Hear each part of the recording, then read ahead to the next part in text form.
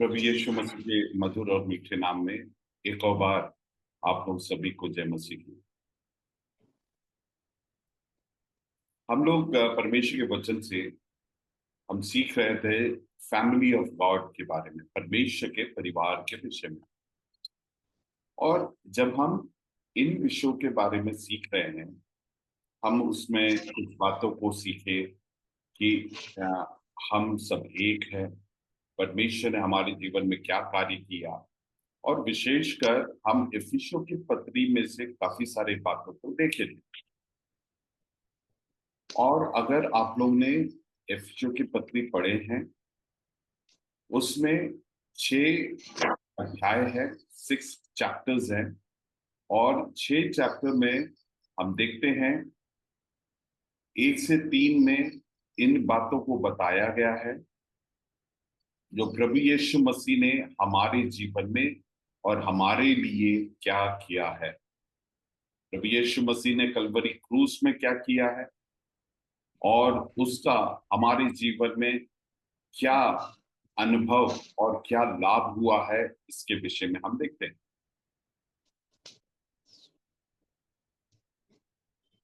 लेकिन आज हम जो देखने जा रहे हैं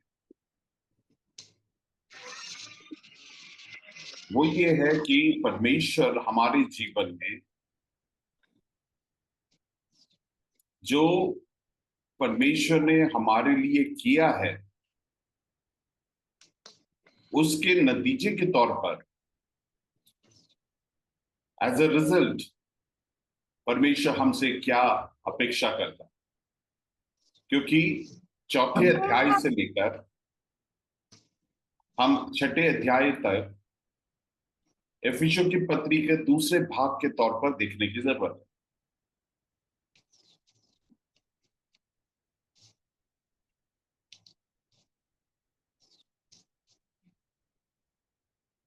जब हम इफिसियों की पत्री 4 अध्याय के पहले वचन को पढ़ते हैं, वहां पे हिंदी में लिखा है इसलिए, अंग्रेजी में लिखा है देयरफॉर। और पौलुस के कथनों में या पौलुस ने जो लिखा है उसमें देयरफॉर शब्द का बहुत महत्वपूर्ण है, महत्व है, हमें समझने की जरूरत। पौलुस जब 4 अध्याय में इसलिए या देयरफॉर इस्तेमाल करता है, उसमें हमें समझने की जरूरत है this particular word is use as a bridge between 1 से लेकर 3 तक जो वचनों को बताया गया है और 4 अध्याय से जो बातों को बताने जा रहा है, इसके बीच में ये एक ब्रिज के तौर पर है। हम जानते हैं, जरा हम कल्पना करें, 2 पहाड़ों को अगर कनेक्ट करना है और उसमें एक रास्ता बनाना है तो ब्रिज बनाया जाता है।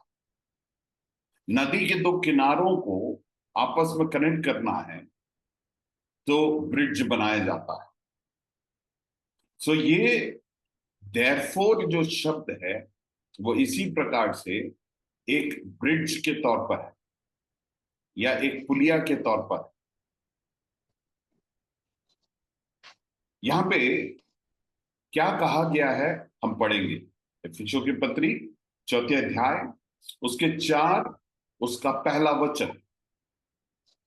यहां पे हम देखते हैं इसलिए मैं जो प्रभु का होने के कारण बंदी बना हुआ हूं, तुम लोगों से प्रार्थना करता हूं कि तुम्हें अपने जीवन वैसे ही जीना चाहिए जैसे कि संत के अनुसार होता है, या फिर तुम्हारे बुलाहट के अनुसार। अंग्रेजी में लिखा है I therefore the prisoner of the Lord beseech you to walk worthy of the calling with which you were called।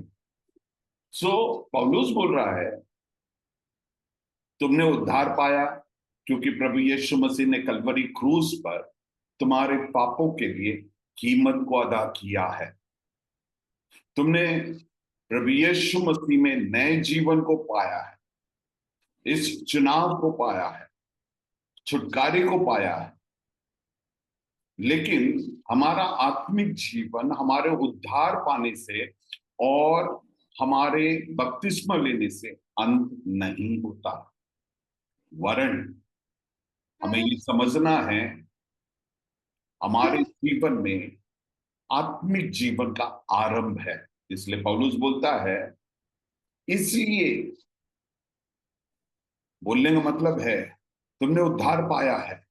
तुमने जब उद्धार पाया, मसीह तुम्हारे अंदर आया है, तुम मसीह के हो गए हो, तुम मसीह के लिए चुने हुए निवास स्थान हो। ये सब का अब नतीजा क्या होना चाहिए? ये सब का नतीजा ये होना चाहिए कि तुम्हारे बुलाहट के योग्य चाल चले। तो हमारे जीवनों में हमें इस बात को समझना है, हमारे ऊपर एक बुलाहट है। मेरे हम में से प्रत्येक के ऊपर एक बुलाहट है। वो बुलाहट है परमेश्वर के संतान, परमेश्वर के जन, परमेश्वर के प्रॉपर्टी, परमेश्वर के दास, परमेश्वर के संत बनकर हम अपने जीवन। तो जो बुलाहट है उसके योग्य चाल चलना है। मैं इसकी डिटेल में जाऊंगा, लेकिन इसका एक और वचन को हम देखेंगे। इफिसियों की पत्री 5वें अध्याय उसका पहला वचन, वहां पर भी इसलिए शब्द को हम देखते हैं, है ना। हम वहां पर भी इसी बात को हम गौर कर सकते हैं। वहां पर लिखा है, मैं इसको इंग्लिश में पढ़ूंगा। Therefore, be imitators of God as dear children, and walk in love, as Christ also loved us and given himself for us, an offering and a sacrifice to God for a sweet smelling aroma. यहां पर भी हम देखते हैं इसलिए शब्द। इसलिए प्यारे बच्चों के समान परमेश्वर का अनुकरण करो। मेरे प्रियो, परमेश्वर ने जो उद्धार का काम किया है उसका नतीजा क्या निकलना चाहिए? परमेश्वर बोलता है मुझे इमिटेट करो, मेरा नकल करो, है ना, अनुकरण करो। सो परमेश्वर का उद्धार का कार्य हमारे जीवन में होने के बाद हम परमेश्वर के परिवार के सदस्य होने के कारण उसका नतीजा क्या निकलना चाहिए? नतीजा ये निकलना चाहिए कि हम परमेश्वर के जीवन को, प्रभु यीशु मसीह के जीवन को हम अपने जीवन में अनुकरण करें। क्यों करें? क्योंकि परमेश्वर ने हमें उसके संतान के तौर पर हमें चुना है। मेरे कितना बड़ा प्रिविलेज है, कितना बड़ा सौभाग्य है कि प्रभु यीशु मसीह हमारे जीवनों में वास कर। कितना बड़ा सौभाग्य है, हम उसके संतान हैं। सो उस बड़े सौभाग्य को समझते हुए हमको भक्त के तौर पर नहीं रखा है, हम उसके संतान हैं। हम अपने जीवन में उस बात के लिए हम घमंड कर सकते हैं कि हम परमेश्वर के संतान हैं, सर्वशक्तिमान परमेश्वर के हम बेटे और बेटी हैं। इससे एक बात हमें समझने की जरूरत है, लोग हमें महत्व दे या नहीं दे, लेकिन हमें अपने बारे में एक बड़े भरोसे को रखना है और इस बात के लिए हमें हर्षित होने की जरूरत है और परमेश्वर के प्रति धन्यवादी होने की जरूरत है कि परमेश्वर ने ये अनोखा सौभाग्य दिया कि हम सब उसके संतान हैं। आप और मैं परमेश्वर के लिए बहुमूल्य है और हम उसके बच्चे होने के नाते हमारे जीवन को देखकर लोग हमारे पिता को पहचानने पाए। हम प्रभु में आने से पहले हम शैतान के संतान थे। परमेश्वर के वचन में ये स्पष्ट है। चाहे आप किसी भी धर्म में जन्म लें, चाहे आप क्रिश्चियन हो, चाहे हिंदू हो, मुसलमान हो, यहूदी हो, जैन हो, बौद्ध हो, किसी भी परिवार में जन्म लिए, उससे हम परमेश्वर के संतान नहीं बनते, ना हम अपने कामों से बनते। वचन में हम पढ़ते हैं, उद्धार केवल प्रभु यीशु मसीह के द्वारा अनुग्रह ही से हमारे विश्वास करने से मात्र होता है, कर्मों के कारण नहीं। जो प्रभु यीशु मसीह ने जो किया, उसके नतीजे के तौर पर हमने उद्धार पाया। सो हमारा अब जो पिता है परमेश्वर है। और परमेश्वर, यहाँ पे परमेश्वर के दास बोलता है, प्यारे बच्चों के समान, इसलिए प्यारे बच्चों के समान परमेश्वर का अनुकरण करो। हमारे जीवन में हम पिता के आचरण, हमारे जीवन में कोई भी हमसे मुलाकात करे तो पिता दिखने पाए, है ना, पिता का स्वभाव दिखने पाए। परमेश्वर हमसे ये अपेक्षा क्यों करता है, क्यों हमें अनुकरण करना, ये प्रश्न हमारे जीवन में आता है।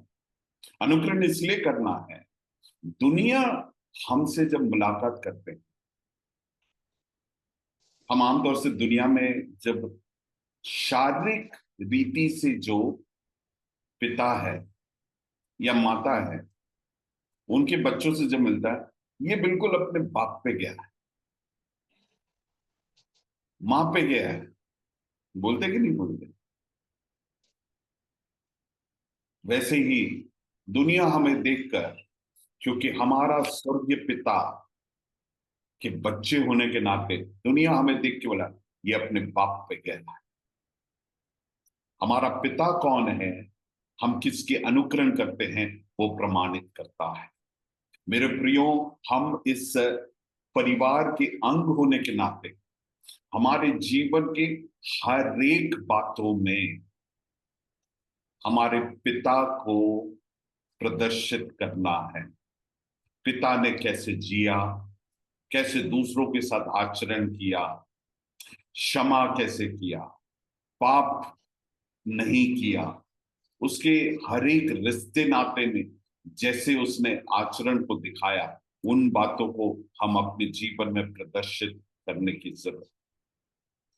क्या आपने गौर किया, एफिसियों की पत्री 5वें अध्याय उसके दूसरे वचन में, पहले वचन में बोला कि उसका अनुकरण करो, लेकिन दूसरे वचन में क्या लिखा है कि प्रेम में चलो जैसे मसीह ने हमसे प्रेम किया और अपने आप को दे दिया।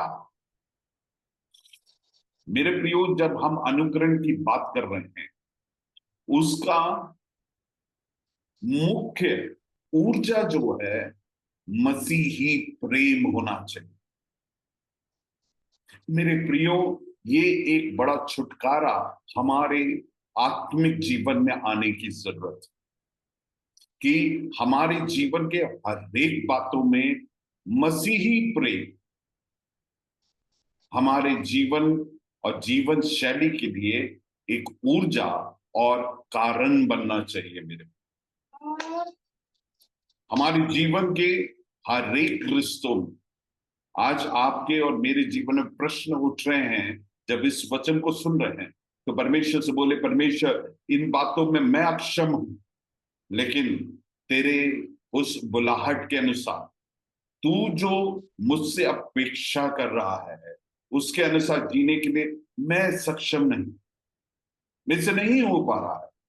परमेश्वर से बोले, परमेश्वर तेरी आत्मा के द्वारा मेरे जीवन में कार्य कर, ताकि वो प्रेम मेरे जीवन के द्वारा कार्य करे और उस प्रेम के द्वारा मेरे जीवन में मैं तेरी इच्छा अनुसार चलने के लिए, तेरा पूर्ण अनुकरण करने के लिए, तू मुझ में झलकने के लिए तेरे प्रेम का कार्य मेरे जीवन में होना। मेरे प्रियो, हमें परमेश्वर ने जो बुलाहट दिया है, हमारे बुलाहट के योग्य चाल चलने के लिए। और 5वें अध्याय में हमने देखा, प्रिय या प्यारे संतान, बेटे बेटियों के समान। मतलब क्या है? सब बच्चे हो सकते हैं, प्यारे बच्चों एक विशेष श्रेणी है मेरे, प्यारे बच्चे के समान। मतलब क्या है?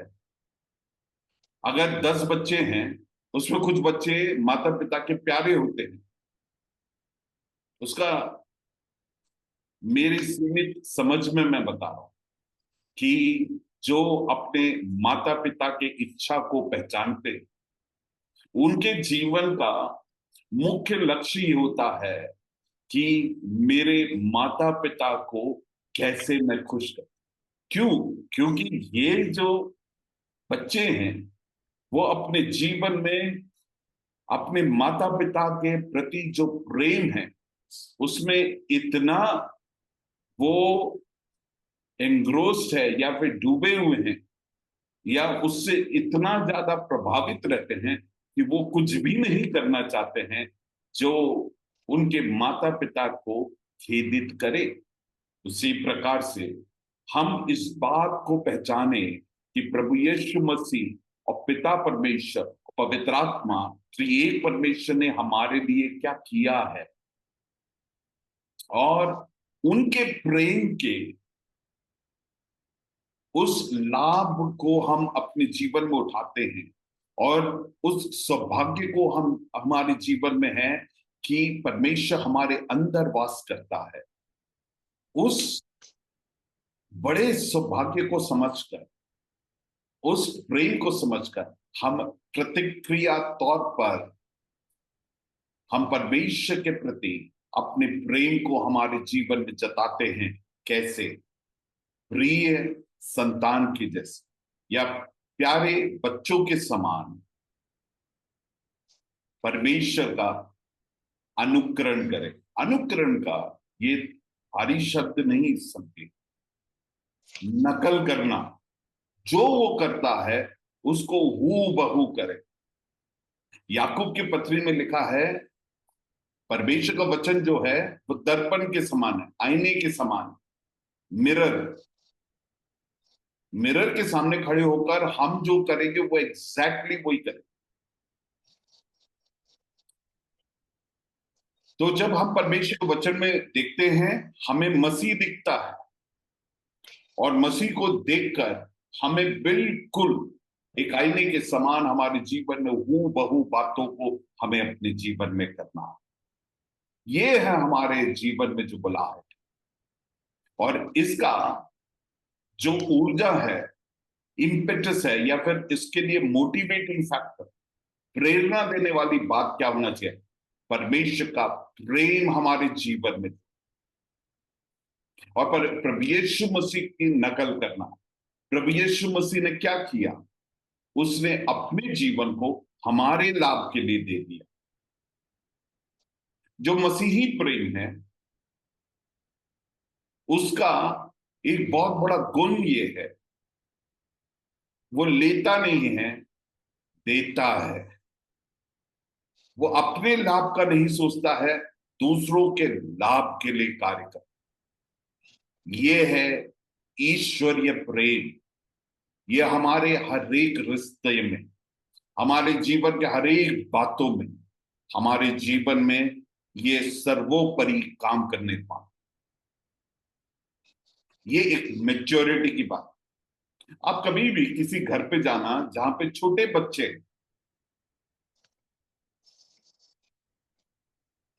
उस घर पे आप गौर करना, वो छोटे बच्चों को और उसी घर में बड़ों को गौर करना। ये घरों में जो छोटे बच्चे हैं, वो सब कुछ अपने लिए, ये मेरा है, ये मेरा है, ये मेरा है, ये मेरा है, किसी से वो शेयर नहीं करता। वो क्या है? ये प्रदर्शित करता है कि वो परिपक्व नहीं है, मेच्योर नहीं है, इमेच्योर, छोटे हैं। किसी घर पे वो बच्चों को लेके जाए, दूसरे बच्चों का खिलौना भी वो बोलेंगे कि मेरा है, मैं, रोने धोने लगेंगे, जिद करेंगे। ये बच्चों का फितरत है। लेकिन उसी घर पे, जो बच्चों वाला घर है, उसमें बड़े भी होंगे, उनके माता पिता होंगे, दादा दादी होंगे, मामा मामी होंगे, जो भी है, उस घर पे हम देखेंगे वो जो बड़े हैं, क्योंकि वो परिपक्व है, वो क्या कर रहे हैं, सबको देने के लिए तैयार। तो ये मेच्योरिटी का सूचक है। मेरे प्रियो, हमारे भी जीवन में ये परमेश्वर का प्रेम गहराई से काम करने पाए, और जिसके फलस्वरूप हम मसीह को हमारे जीवन में अपनाएं, इमिटेट करें, अनुकरण करें, नकल करें, ताकि लोगों को मसीह हमारे जीवन में दिखाई पड़े। और इसका आधार क्या है? मसीही प्रेम।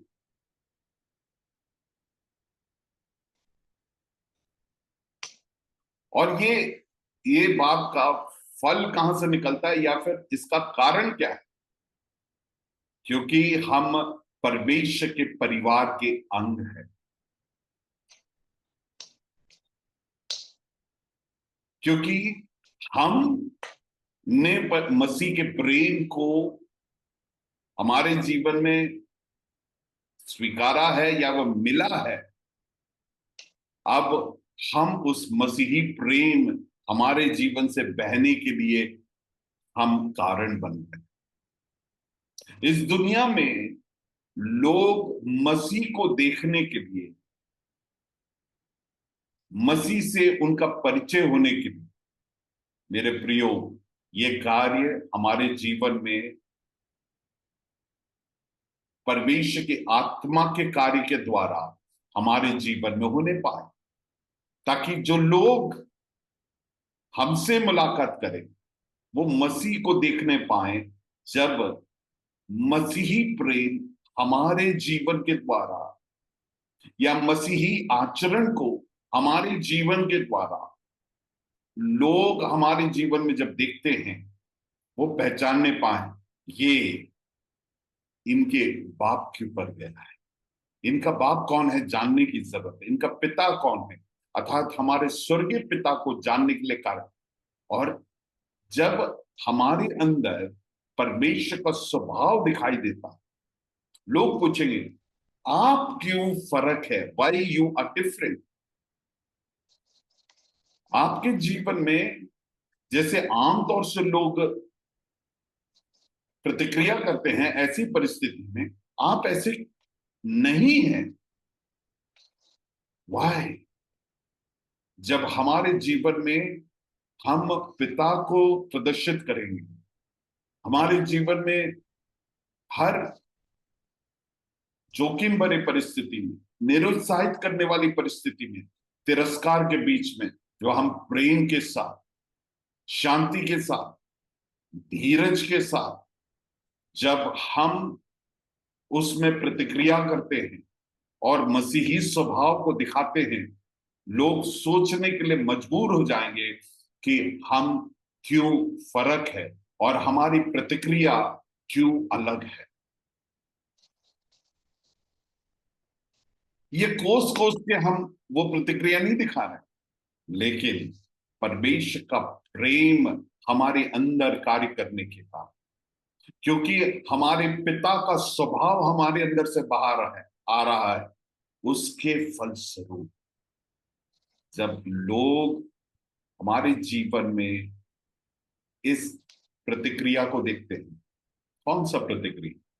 जिसमें हम प्यारे बच्चों के समान, हम हमारे पिता का स्वभाव को हमारे जीवन में अनुकरण कर रहे हैं या नकल कर रहे हैं, लोगों को दिखता है। और उसका कारण क्या है? मसीही प्रेम।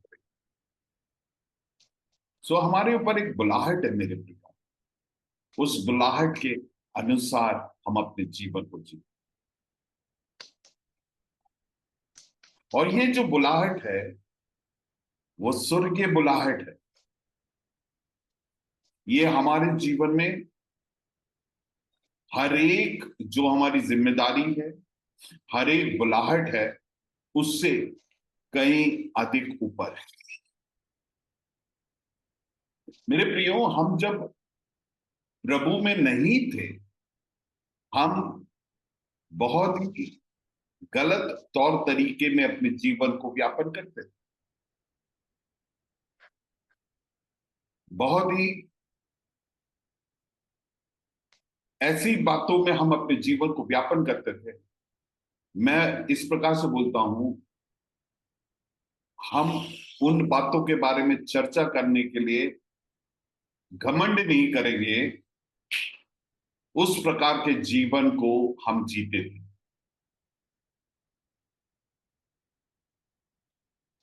जिसके बारे में इफिसियों की पत्री दूसरे अध्याय उसके पहले वचन से पांचवें वचन में हम अगर देखते हैं, विशेषकर चौथे और पांचवें वचन,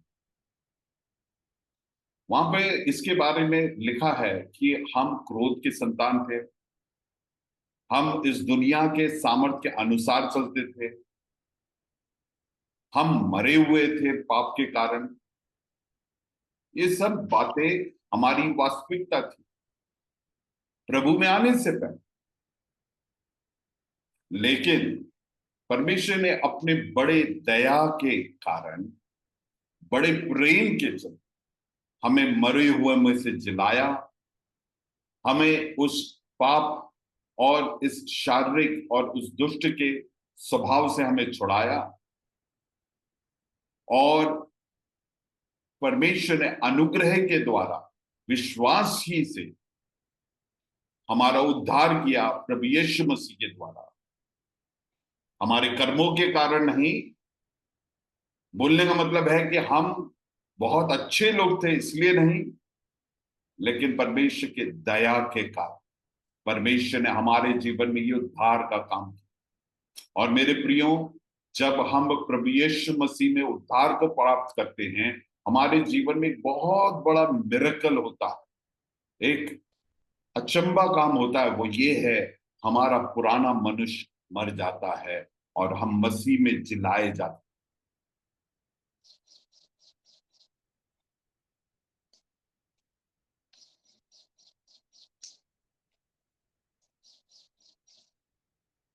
और मसीह में जब हम जिलाए जाते हैं, हमारा स्वभाव, मेरे प्रियो, बदलता है।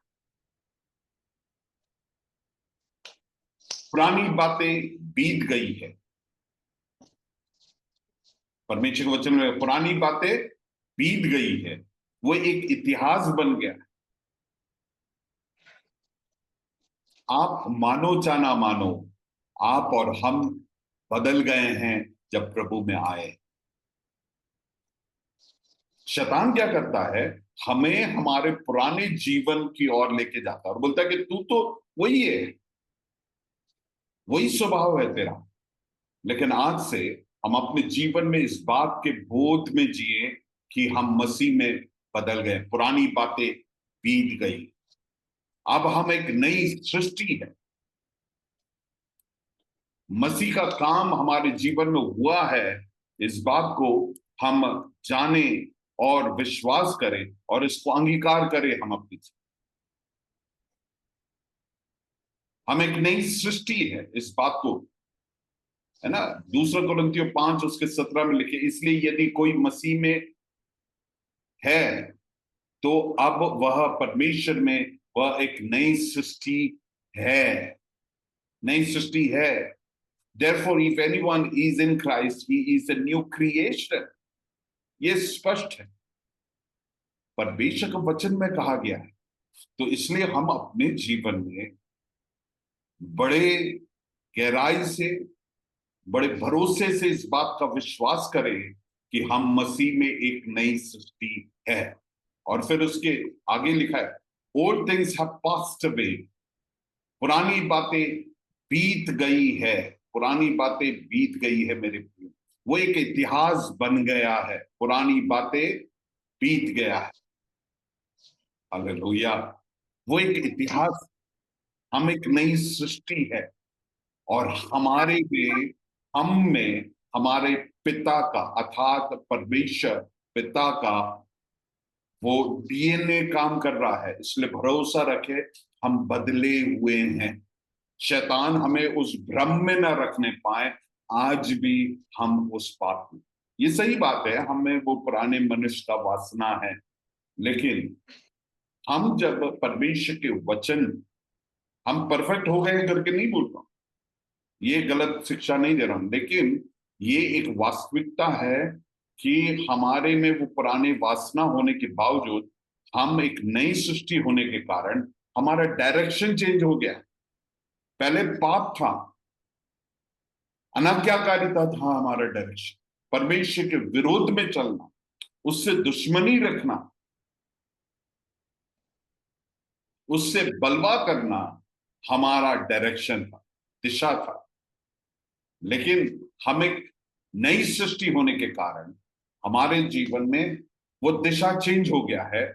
हम विश्वास में आने से पहले हम परमेश्वर से दूर जा रहे थे, लेकिन अब हम विश्वास में आने के बाद हम परमेश्वर के और आ रहे हैं, और परमेश्वर के जैसे होना हमारे जीवन का ये एम हो रहा है, हमारा लक्ष्य बन गया। समझ रहे हैं ना? ये है इस वचन का अर्थ। और इस पूरे प्रक्रिया में हमारे जीवन में पवित्र आत्मा काम करेगा, वो हमारा सहायक बनेगा। परमेश्वर के वचन में लिखा है कि परमेश्वर से, यूहन्ना 14:16 में लिखा है कि प्रभु यीशु मसीह कहता है, मैं पिता से प्रार्थना करूंगा कि वह प्रतिज्ञा के अनुसार तुम्हें एक और सहायक दे, जो सर्वदा तुम्हारे साथ रहे। हमारे इस नए दिशा की ओर हमारे जीवन को जीने के लिए हमें परमेश्वर ने सहायक को दिया है। हम एक नई सृष्टि, एक नया दिशा में हम अपने जीवन को व्यापन करने जा रहे हैं। उस नए दिशा में हमें आगे बढ़ने के लिए हम अकेले नहीं हैं, ये परमेश्वर हमारे जीवन में निरंतर कार्य करता है। इसलिए हमको ये भरोसा होना चाहिए कि ये नया जीवन हम जी पाएंगे, हम जी सकते हैं। हमें, हमारे जीवन में जब आप ये वचन सुन रहे थे, आपको, आपके जीवन में लग रहा होगा कि ये जीवन कैसे जिएंगे, ये जीवन तो नामुमकिन है, हमसे हो नहीं सकता है। लेकिन मैं जो अभी बात बता रहा हूं, ये आपके जीवन में बहुत ही गहरा भरोसे को देना चाहिए कि हम हमारे मसीही जीवन को निश्चित तौर से जी सकते, और हम मसीह में बढ़ेंगे, और निश्चित तौर से बढ़ेंगे, और हमारे जीवन में मसीह का स्वभाव निश्चित तौर से दिखाई देगा। शैतान के इस गलत, झूठ या गलत बात जो हमारे जीवन में वो बार बार बोलता है, देर से नहीं होगा।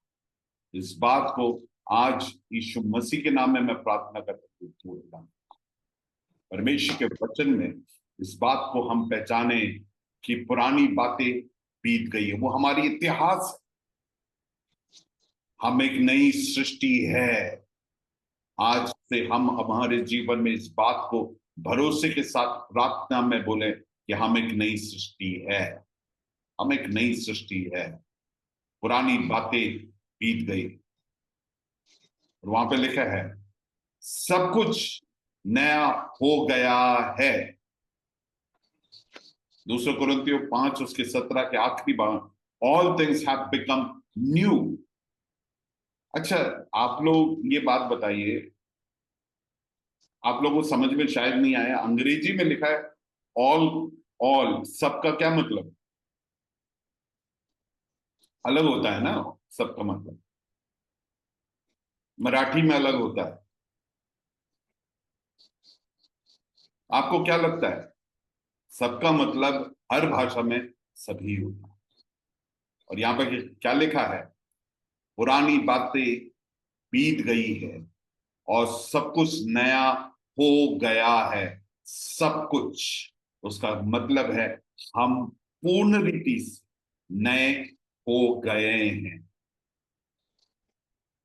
और परमेश्वर का आत्मा हमारे जीवन में करने वाली एक और कार्य है, वो है सैंक्टिफिकेशन, अर्थात पवित्रीकरण। ये निरंतर हमारे जीवन में एक है। यहाँ पे जो बताया है, हम पवित्र हो गए हैं, हम नए हो गए हैं, हमें उसने जस्टिफाई, राइचस, धर्मी ठहरा दिया है। लेकिन अब क्या है? वो हमारे जीवन में पवित्र आत्मा के द्वारा हमारे जीवन में रोज नए काम। सो हम हमारे जीवन में उसके परिवार के अंग होने के नाते परमेश्वर हमारे जीवन में क्या अपेक्षा करता है? हमने आज दो बातें सीखा है। एक है, हमें जो हमारे जीवन में बुलाहट है उसके योग्य चाल चलना। वॉक, क्या है? Walk worthy of a calling. हमें हमारे जीवन में जो बुलाहट है उसके योग्य चाल चलना। दूसरा, हमें मसीह का अनुकरण करना है। We need to imitate Christ.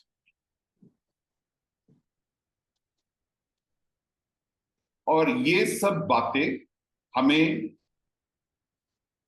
करने के लिए हमारा मोटिवेशन, ऊर्जा जो है वो परमेश्वर, ईश्वरीय प्रेम।